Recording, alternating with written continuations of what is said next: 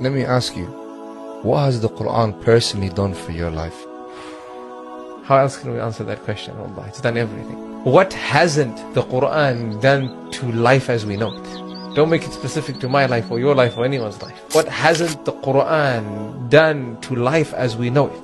The Quran touched an angel, and he's known as the greatest angel. And it touched a messenger, and he's known as the greatest messenger. It touched a language, it's known as the greatest language. It touched a night, and it's known as the greatest night, a night that is better than 1,000 months. It touched a month, and we know it as the greatest month. It touched a place, we know it as the greatest place.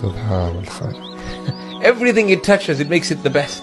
It touched an ummah, and Allah revealed, Kuntum khayra ummatin ukhrijat linnas, you are the best of all nations. The ummah that received this Quran, it became the best of all nations. So the question should be, what has the Quran done to life as we know it? And the answer would be, what hasn't it done? It's brought a realization to everything, that it can be far greater than the moment that that thing is in. That's what the Quran does for us.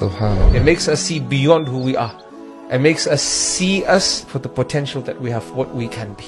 And wallahi, you read the Quran whilst driving, and that verse rubs you in a particular way. You read the same verse when you're in the air, subhanallah, and you get a different realization and message from the verse. It's truly the gift that keeps gifting. Wallahi, every book in your life, and we've gathered many books in our life. Math, science, geography, history, chemistry, physics, productivity books in the dozens.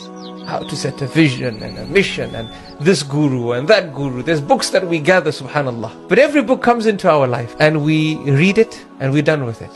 At the end, it either sits on a shelf because we just like to look at it, or we give it to someone else to read, or we sell it, the second hand market, or we throw it away. Every book, think about every book that's come across your hand, your table, in your life.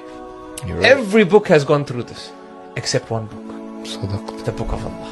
You read it and you start reading it again, never feeling like you've read it. Knowing that you're going to learn from it something that you didn't learn in your last reading. You never ever feel like you've read it. It's truly the gift that keeps gifting. So every book comes and goes. Illa kitabullah. Except the book of Allah subhanahu wa ta'ala. It's before every book and above every book. We can go on. As the Sahaba described the Quran. It's the straight path. It's the mighty rope of Allah. It is the wise guide. That's the Quran.